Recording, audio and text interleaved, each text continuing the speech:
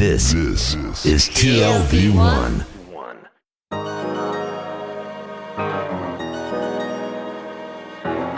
The Tel Aviv Review. Hello and welcome to the Tel Aviv Review, a program dedicated to the word, to the thought and to debate, brought to you by the Van Leer Jerusalem Institute, which promotes humanistic, democratic and liberal values in the social discourse in Israel. I'm your host, Gilad Halpern. And I'm your co-host, Dalia Shenlin. We'll be talking every week about books and ideas and other fascinating material. Our guest today is David Benkof. He's an American-Israeli political commentator who lives in Jerusalem. He is, by his own self-definition, a Jewish historian, gay, Orthodox, conservative Republican who voted for Hillary Clinton. He studied and was on the faculty at Darkei Noam Chappell's Yeshiva and holds an MA from Stanford University. He walks a lot of fine lines, and we'll be talking about the ones that appear in his prolific articles in the Daily Caller, where he's a regular political columnist, Times of Israel, Jewish Journal of LA, and other places. David Benkof, thank you for being on the show. Thanks for having me.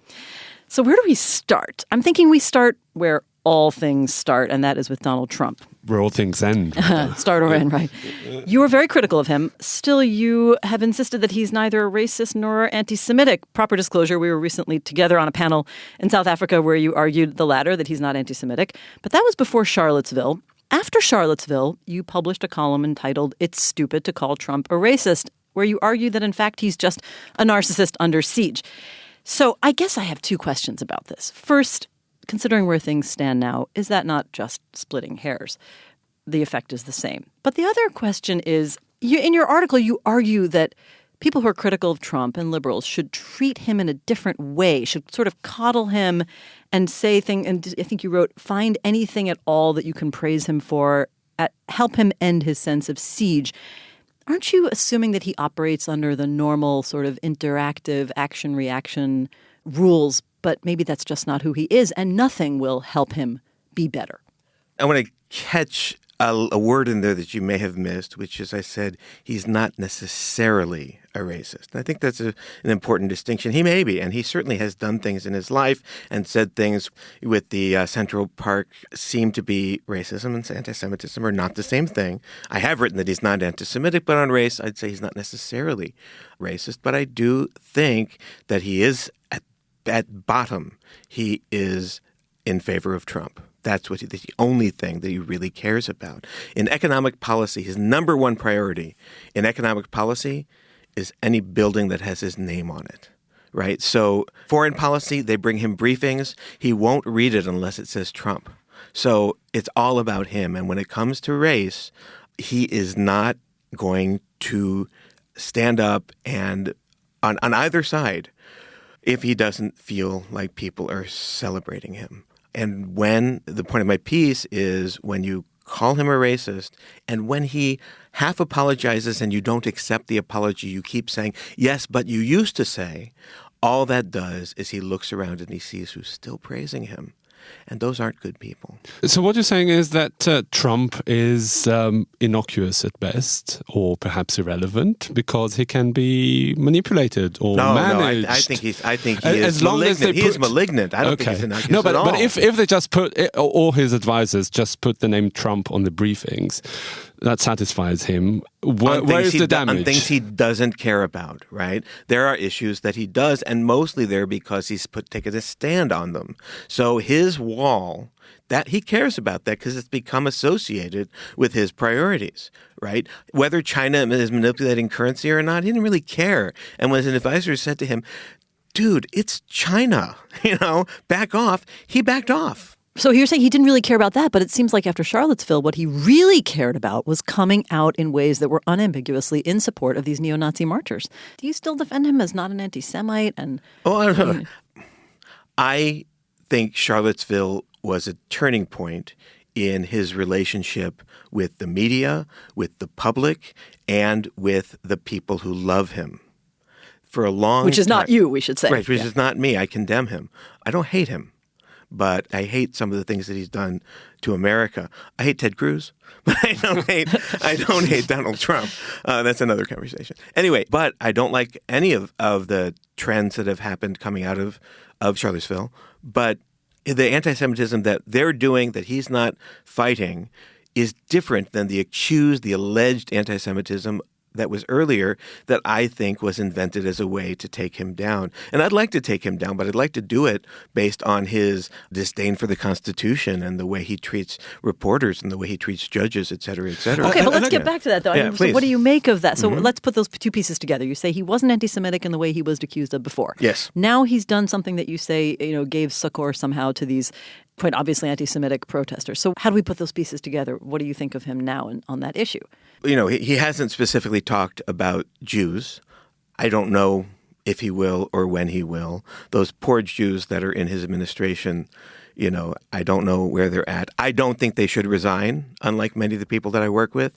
If all the good people in the Trump administration resign for the next 3.5 years, the Trump administration will have only bad people in it, and that would be a disaster. I have a more principled question to ask you. Let's leave Trump aside for a second about whether you can actually distinguish between racism and anti-Semitism. Aren't they, bound together?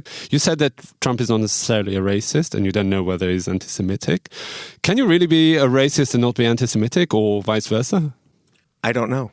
Well, maybe if you were a person of consistent principles, one goes with the other, but Trump is not particularly somebody we associate with consistent principles. Sure, and also racism, anti-Semitism is perhaps the most popular form of racism. So what do you think, unless you don't have an opinion on it? Well, no, American history is different. Right, and American Jews are particularly happy that we believe American history is different. In some ways, it really is. And American history is different in the topic of race because there were black people who were lower than the Jews. And that hasn't been true. It wasn't true in Germany. It hasn't been true. It hasn't been a constant in world history, in Jewish history. And this, by the way, is true of Chinese people. In America, people who would otherwise bear the brunt of hatred and disdain because we weren't black did not get some of the same treatment. Well, isn't that true in general in societies? There's a totem pole of who is sort of the most marginalized, and working up the totem pole, the people who are the most privileged. I mean, in Israeli society, of course, we have, Mizrahim who've been systematically discriminated against, but not as much as the Ethiopians, and them not as much as the Arabs. I'm going to say something shocking, okay? Shock us, The let's see. Leo Frank case is very well known, a businessman in Atlanta who was accused of raping a little girl. He was convicted, then he was set free, then he was jailed, and he was lynched. And it's treated as a symbol of anti-Semitism in the South in American Jewish history. But, and I checked with some American Jewish historians who would not go on the record, I'm pretty sure that in American Jewish history there were more Jews doing lynching than there were Jews that were lynched. There weren't any others. Right? There may have been like some theoretical, right? Leo Frank is famous because he's the only one. Well, this could definitely get us sidetracked. Let me back up a little bit back to American politics. I mean, this is a very interesting direction, but as you say, you've just asked a few historians and they haven't gone on record with it yet. I'd like to see the book that is going to come out about this issue. I'm curious about your personal political positioning because you cross these lines, which I think is interesting. I mean, you're, conservative Republican, but you broke ranks and publicly supported Hillary Clinton in the elections. How hard was that as a Republican? I voted for Hillary Clinton. You voted, but I don't know that stated it publicly. Supporting and voting for is not the same thing. Oh, sorry. Okay. I stand corrected. And I encouraged other people like me to vote for her, but that's a strategic decision to keep a bad person out of office. I think Hillary Clinton would have been a terrible president, but she would have been a terrible president like all the other terrible presidents. Trump is a de novum in American history. He is something else. Right. How hard was it, given your milieu, your readership, your community, Have you ever voted Democrat before? Oh, sure. I voted for a Democratic governor in my home state of Missouri. I'm not afraid to cross the line. That year, the Republican gubernatorial candidate was terrible, and the other one wasn't so bad. So, right? I'm not an extreme partisan. I am a very conservative Republican. But to talk about my readers, I was demoted at the Daily Caller after I published a piece called "Twitter Should Ban Trump for Life." And I think it should, because Trump's advisors right around the election took away his Twitter. And it probably had something to do with his election because he couldn't say some of the things, right? And then he just took it back. And they couldn't keep him off Twitter. But you know who could? Twitter. Twitter But can they would ban lose too people. much of their value. I understand that, but we might have a war with North Korea if they don't. We might have a stock market crash if they don't. So for the sake of the nation, I'd like to see that happen. And my readers were furious because it's his number one weapon. And this essay did phenomenal. I think at least 250,000 people read it or interacted with it based on just the number of Facebook shares. Just to give you an example, on the Facebook page of the Daily Caller, where they list all the comments, the top 200 comments, none were positive. The top one comment had 5,000 likes. So these are people who are just, not only do they read it, they read the comments, they read the top comment, and they like it. Everybody was looking at it, and they were writing my boss and said, "Who is this guy? Get rid of him." And they said, "David, we want you here, but you have to be a columnist. You can't be senior political analyst anymore." What about your personal communities? I mean, did you take any flack from friends, family, people who just said, "David, I can't believe you're sort of breaking ranks," or something? No, because I'm not a Republican. Like, I don't go to the Elks Club and we're all Republicans together, right? I have people on my Facebook wall who are Trump supporters, but not a lot. I'm connected with a number of Republicans who left it blank, who didn't vote for anybody, but they certainly understood what I was doing. Not a lot of people who said, "David, how could you possibly betray us?" It's maybe because you call yourself a very conservative Republican, and Trump is anything but a very conservative Republican. He may be a Republican, he's a Republican president, but Yes. conservative he ain't. Well, exactly. And when I was, the day before the election, I was going to publish a piece called "My Closing Argument for Voting for Hillary," that I was going to present to our very conservative readers, here's why you should vote Democrat this one time. And I started writing it. And one of my arguments was, she's more conservative than he is on these issues. And as I wrote it, I realized there's only one reason to vote for Hillary Clinton, which is that Trump has all the makings of an autocrat. If he could, he'd be a dictator. And the piece was called "A Democrat, Not a Dictator, Vote for Hillary." And I made this case. There are all these things about him. A week before the election, he gave a speech in which he said, maybe we should just cancel the election and give it to Trump. And he meant it. He doesn't respect our Constitution, doesn't even understand our Constitution. So now, almost a year after the elections, what do you make of where America stands now, where Trump stands now? When you look back on your analysis in the lead up to the elections, how much of that has materialized? I just want to talk personally for a minute. On November 8th, I was living in St. Louis, November 8th, watching the returns. At about 7:30, they said that Trump was ahead in Florida. And I thought, oh, wow. Okay, but there were some polls he was ahead in Florida. And then, remember, I follow politics passionately. Then there was very soon after, they said he's ahead in Wisconsin.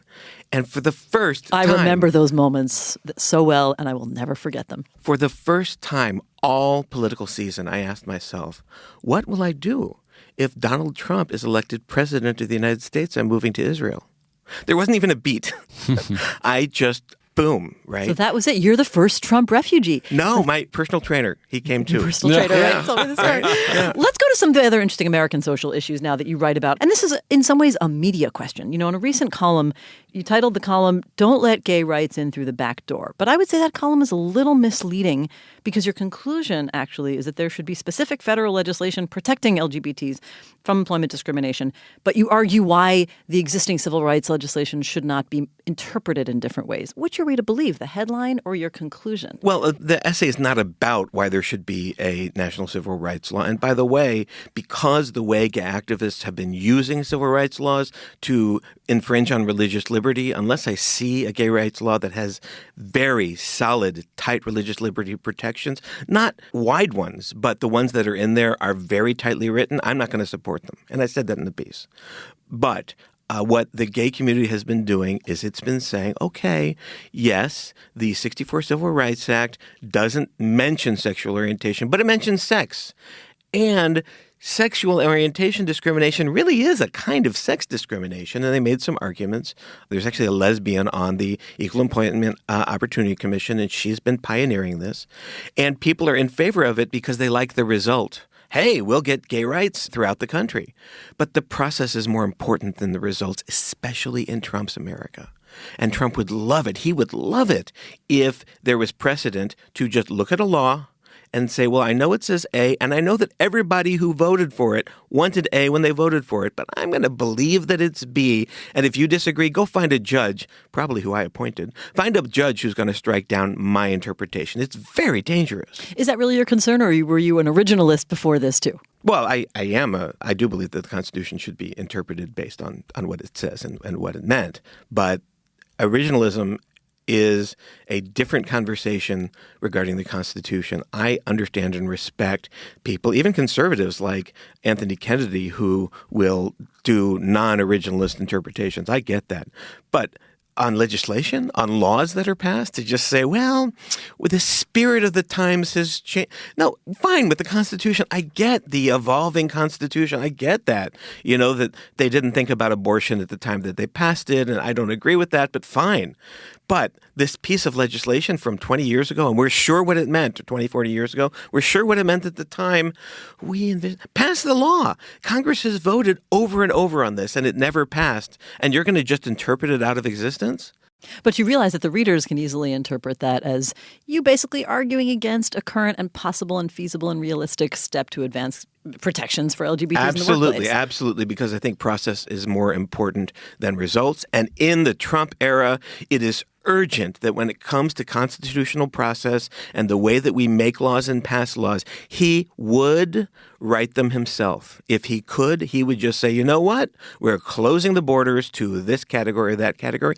As a matter of fact, he did. He wasn't allowed to, but he did. And he called a person who tried to stop him a so-called judge. What is that? Is Trump a so-called president? You're talking about the travel ban. Yes. He would like to write the laws himself. And if you because this proposal was the Obama administration considered it, never did it. And then Trump administration said, no, we're not going to go along with this, allowing people to not pass a law, but to just have a committee rewrite what the word sex means. Say it means sexual orientation too. And the Trump administration, we don't support that. By the way, all the complaints that the gay community has, and this hasn't been written yet, I may write it at some point, all the complaints that the gay community has against Trump. 1, his policy on transgender bathrooms in schools. 2, transgenders in the military. And 3, this controversy over interpreting those words. They would take America's gay rights situation all the way back to 2015. All three of these are policies that Obama did at the end of his administration, if then. And the gay community is like, oh my God, he's so homophobic. Well, but I mean, you're saying that why didn't Obama do them in the first 7.5 years of his term? Well, maybe he had other things to do. You can't do everything at once. But even in his first term, they were calling him the first gay president because he was advancing policy. No, that's my point is I have mixed feelings about some. I don't agree with his transgender ban. I have mixed feelings about the bathroom policy because it applies to locker rooms too, and there are privacy issues. And you know what I think about the change in the interpretation. It's a process problem that I have. But in all of them, what Trump is saying is, you know what, let's do what Obama did in his 6th and 7th year. And the gay community is like, that's homophobic. Well, think about what Ted Cruz would have done on gay issues. Oh, listen, I'm not arguing it should have been Ted Cruz instead of Trump. Do you think that this applies only to LGBT rights, or is it really applicable to other policy areas as well in America? I don't know what this means. Your critique of the way it's done. What does it mean? I really don't understand the question. As you said, the LGBT activists will take, with the way they are campaigning for it, will take the situation back to 2015. Now, you're basically criticizing the way they are doing it. Okay. People who oppose Trump will I see them taking any pretext and turning it into a brouhaha in order to undermine Trump, which I think is ridiculous because there are so many things that he actually is doing that are bad. And in Jewish areas, this is a great example because Trump denies the Holocaust. Please, okay? Over and over. First of all, that statement that they put out saying that it didn't mention Jews was written by a Jewish staffer. And also, so it didn't mention Jews. Everybody knows that the Holocaust was about Jews. If there was something condemning Hiroshima that didn't mention that the victims were Japanese, would that be offensive? But even so, it's not like Trump got involved and he refused to apologize. He hasn't apologized in 30 years for anything. That doesn't have anything to do with anti-Semitism, right? And over he's accused, there was this period where people were shocked that Trump, and they can't even prove that he said it, suggested that some of the anti-Semitism that were being reported came from Jews. And a week later, we found out that many of them did come from an Israeli teenager. So these things are just, they want to attack him for anything that they can. You're saying be selective and focus on the real problem. Yes. And what are the real problems, if not his demeanor and the way he handles the government? Well, the answer before the last couple of weeks was his attitude towards the system, that he does not respect or even understand our democracy. I mean, I'm going to say something terrible right now, which is he can't be defeated for re-election in 2020. And this, I'm not seeing this out there yet. I've written about it a little bit. You've written about 2018 and the Democrats. Why do you think he can't be defeated in 2020? He cannot be defeated because can you imagine the following tweet sent out on November, 5th or whatever, 2020? I would like to congratulate my opponent on her victory. The American people have spoken, and in a free and fair election, I have lost. I look forward to the transition. You know what? I can't imagine that, but I can imagine the photographs of the militia, the fully armed militia with assault rifles who were marching in Charlottesville coming out on that same imaginary day 4 years into the future. And he contested the results of an election that he won. So when he contests, unless he wins. That's a very good point. Right. So unless he wins, he's going to contest the results, but not like some African dictator who says, I am staying in power. He's going to do it in the name of democracy. He's going to say, I'm not leaving because the American people voted for me, and cheating Elizabeth Warren, she broke the system, and he'll come up with evidence. Right. Why don't we just zoom across the globe to a place of simpler, calmer, more relaxed politics, and that is the country of Israel. I want to hear more about your Israeli politics. I mean, again, you very much place yourself on the conservative side of the map in America, and in general here too, but you have some unusual attitudes for conservative and possibly a right-winger, although I guess my real question is, what does right, left, or center really mean for someone like you? I want to slow you down. I am to the left of almost all my Israeli friends and to the right of almost all my American friends. And when I talk to Israelis, I'll say I'm center-right on Israel issues. For example, I'm about where Condoleezza Rice and Stephen Harper have been. They're no longer in office, but I'm kind of right there.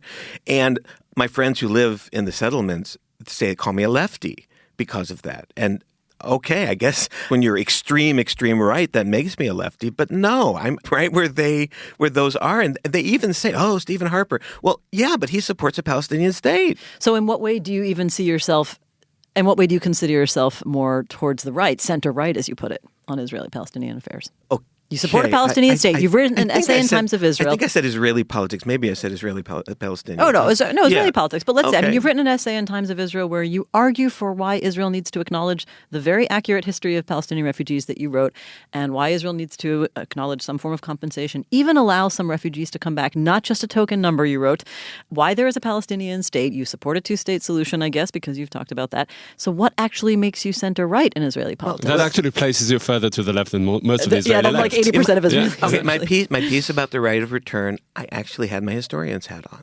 Same thing with the piece I wrote about whether Palestinians exist. I mean, it alienates some of my friends on the far right, but I'm sorry, I'm a scholar. Okay, let's take the refugee problem. Let's look at Jewish history. Okay, there was this Havara issue where German Jews moved to Israel during the Nazi era. Were they allowed to go back to Germany? If they had said, oh, okay, we want to go back to Germany, Germany would have had the right to say, no, we're not allowed, right? We have a double standard. And okay, fine, acknowledge that there is a double standard. But this idea that the rules of Jewish history don't apply to Arab history or the history of Palestinians, as a historian, that's where it can be argued that it wasn't an exactly parallel situation because there was a war that was instigated by the losing side against the winning side, which wasn't the case in Germany. The Jews in Germany didn't declare war against anyone. Well, the Palestinians didn't either. But I think the main difference is that the Jews now have a state of their own. They have citizenship, whereas the Palestinians are currently stateless. So anyway, I think you've acknowledged this in your essay. So I'm still curious about what even places you on the center-right in Israeli politics. I oppose the women of the wall. Okay, tell us about that. No, I mean, Israeli politics is not just, right? I've written about this a bit. And here I go back to process, okay? The people supporting change at the Kotel say, oh, Netanyahu abandoned his promises to change the Kotel architecture. Those promises were to diaspora Jews, and we're a democracy, okay? And they say, yes, he wanted to save his own career. Yeah, but he also wanted to save the interests of the million Israelis who voted for him and the many hundreds of thousands who wanted him to be prime minister. And if he were to give in and lose his prime ministership in loyalty to his promises to diaspora Jews, then all those people on issues like Palestinian-Israeli conflict, like terrorism, healthcare, economy, all those people would not have somebody representing them because American Jews are, having a hissy fit over the fact that the Kotel, where they rarely pray at, does not have the same architecture of the synagogues they rarely pray at back home. Sorry. So I'm sorry. I'm a little conservative on some Israeli politics. Why are you against women of the wall and the arrangement on the Kotel? Okay, there's the process part that I just talked about. I mean, let's talk about the content for a moment. The center is the last thing I said, which is I think the democratic thing is that the people who care the most get to decide. There are four sectors in this case, four sectors of the Israeli public. There are Haredim who really care, who want the same architecture. Then there are national religious Zionists who, well, they'd like to keep it, but it's not a top priority for them. Then there are secular Israelis that, if polled, will say, sure, let's change the architecture, but they don't really care. And then there are Arabs who don't care at all. But what about the minority? All right, we need to we think liberal democracies protect and give expression to minorities as well, of reform and conservative Jews in Israel who really do care. They care enough. Are we talking about numbers here? Or are we talking about a stream? And by the way, if they were given more credibility in Israeli society, maybe their numbers would grow, as opposed to a bunch of secular Israelis who essentially throw their Judaism out the window because it's only associated with Haredim and okay, and you religious. believe that I'm secular... asking. Okay, one might believe that secular Israelis would suddenly start to keep Shabbat and kosher and go to shul if the Kotel architecture would appeal to them. Their alienation from Haredim has to do with the army. It has to do with their experience in daily life about dress. And I mean, you've lived here longer than I am. Am I wrong? Well, I think their argument with the Haredim has to do with disproportionate control given to a minority who are 10% of society. Okay, excuse me. Political control. We have a parliamentary system. This is true in Australia. This is true in Italy. If we're going to keep the parliamentary system, and maybe we shouldn't, but as long as we do, the way it works is minorities who care about something more than anybody else have disproportionate But can you say the same about the women of the wall, that they care less about... Yeah, I mean, they care enough to get arrested every month. There are 25 of them. Sorry. No, there are not 25 of them. Okay, I was being an exaggeration. But yeah, let them go ahead. You know what? I would love, nothing would make me happier than 500,000 American Jews making Aliyah and putting their foot down and saying, let's change the Kotel architecture. I would love that. Israel would love that. But until that happens, we have a democratic system, and I like that. I guess I still just want to push you on the secular question, because, as you point out, I've lived here for a long time, and 45% of Israeli Jews are secular. And last week, I've said this on the Promise podcast, I was at an event with some people, and there was 2 Reform rabbi trainees. And one of the women said to the Reform rabbi trainees, but you don't look religious. I mean, why are you wearing, open sleeves or something? And she tried to explain that this is Reform. And she said, but I don't understand. You say you're a believer. So Israeli secular people do not even fathom that there is another way to be Jewish. And all of the things that you mentioned about why they resent ultra-Orthodox and national religious sometimes means that 45% of the Israeli population, the Jewish state, feel completely alienated from Judaism. And Chabad cares. Chabad cares. Okay, but I'm nobody's sorry, saying they're going to change. But the typical Haredim is not trying to get secular Jews to start. It's not a priority. But what I'm saying them. is nobody's saying there's going to be a change overnight. But do you think that there is a role for different ways of being Jewish in a more adaptable way for the 45% of Israelis in the Jewish state who currently have very little religious identity? You are advocating a mild form of cultural genocide. You are saying saying that you have a goal to uproot the fundamental values of a huge sector of Israeli society. First of all, I'm asking the question. Okay. Well, the case that you're making, right? I'm sorry. That wasn't fair. The case that you're describing. I think the unfair part was accusing me of genocide. All right. I take it back. But the question implies is a mild form of cultural genocide. I think it's great that 45% of Israelis don't have a religious identity. They have chosen to live a secular lifestyle. I have no problem about that. And we'll argue it out. I used to live near Cinema City in Jerusalem, and they wanted to be open on Shabbat. I didn't. We'll fight it out, and then we'll come up with a resolution in a democratic system. I'm glad that they exist. But this idea that, well, maybe they'll be more religious if we take this policy. I don't care if they're more religious. I respect them. Maybe they do. Maybe they're looking for ways to be connected with their Judaism that aren't your way.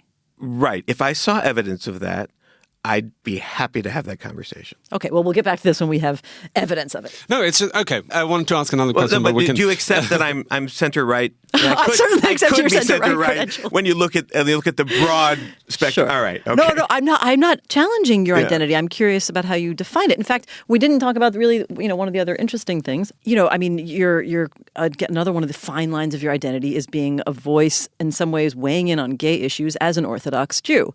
How do you reconcile that too? That's center right. I mean, is there a label for that kind of thing? Is it an uncomfortable position to be in? Sure. To be clear, I'm an Orthodox Jew like South African Jews are Orthodox, like English Jews are Orthodox, like Sephardi Jews in America are Orthodox. My synagogue is Orthodox. My rabbi is Orthodox. I don't know that I observe halacha 100% or that my belief is. I just want to clarify that because for Israelis and Americans, Israeli Ashkenazim and Americans, Orthodox means like, the Torah comes from God and you have to follow all of it. And I'm not really in that category, but I have been. And I do take conservative positions over and over when they're debated within the Orthodox versus non-Orthodox world, both politically and religiously. Give me an example of a controversy you want to comment on. Sorry, I think I do. Because you have a column where you wrote an open letter to a rabbi who had come out of the closet. And it seems to me that this comes from a sort of small c conservative stance on Judaism. I also think it reflects a little bit of an originalist interpretation of Jewish law, which I would maybe argue is more justifiable with relation to religion. But I guess the question goes back to what we were talking about before. Shouldn't the Jewish religion evolve? And isn't that evolution and adaptability of Jewish religion over history one of the things that's kept us alive as a people? Yet you argue that he should, in a way, I think you even wrote, go back into the closet. Yeah. And the column was not about how he has to accept my Orthodox identity or my Orthodox beliefs about Jewish law. I rejected his explanation that he came out of the closet because he had to be true to who he is. And my response to that, and to Tim Cook from Apple and people who were coming out at the same time, is your libido is not who you are. It's a piece of who you are.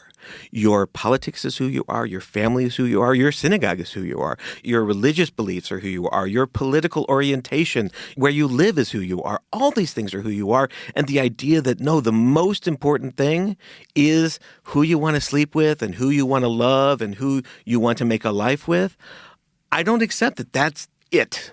No, but that defines a person's identity, doesn't it? Yeah, and it shouldn't. But maybe that person disagrees. It's his identity, after all. Right, and he is a very public figure. He is the senior rabbi at one of the main synagogues, the main conservative synagogues in the capital city. He's got senators, he's got Supreme Court justices coming, and he has a certain responsibility to set a tone. And I'm sorry, his personal choice that his libido is more important than all those other things affects everybody, and I think it was irresponsible for him to leave his family, say, okay, now everybody has to celebrate, to leave his wife and announce that he's coming out as gay and want somebody else to celebrate. And anybody who objected, I got a lot of flack for that column. I was disinvited from Limmud, New York, because I wrote that. I was told that I didn't reflect the values of Ve'ahavta l're'echa kamocha because I wrote that. No, but don't you think that it's more unfair to his wife to be living with her but in a lie than to come clean? Okay, what does that mean, a lie? All right? He's not attracted to her and probably they don't have sex. Okay. Do you know how many people of his age that's true for?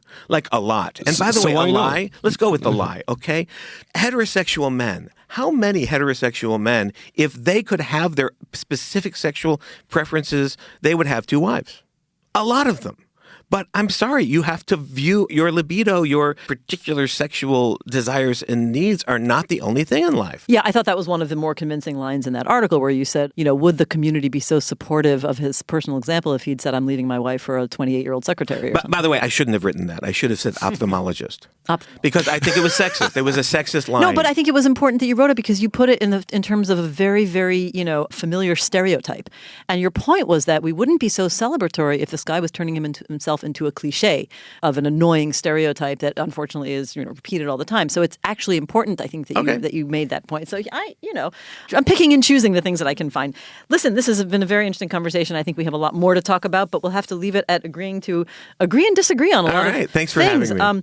David Benkof is a political columnist on the Daily Caller. Thank you for being on the show. And also big thanks to Gizem Ozdemir, our sound engineer, and to the Van Leer Institute for their generous support. If you like this podcast, there are many more where it came from. Just go to www.tlv1.fm/podcasts and take your pick. Also, check out our archive. There are more than 350 interviews to keep you busy and entertained. Like us on Facebook. Our page is called The Tel Aviv Review Podcast Ideas from Israel. And follow me and Dalia on Twitter. Join us again next week for another edition of The Tel Aviv Review. And until then, goodbye.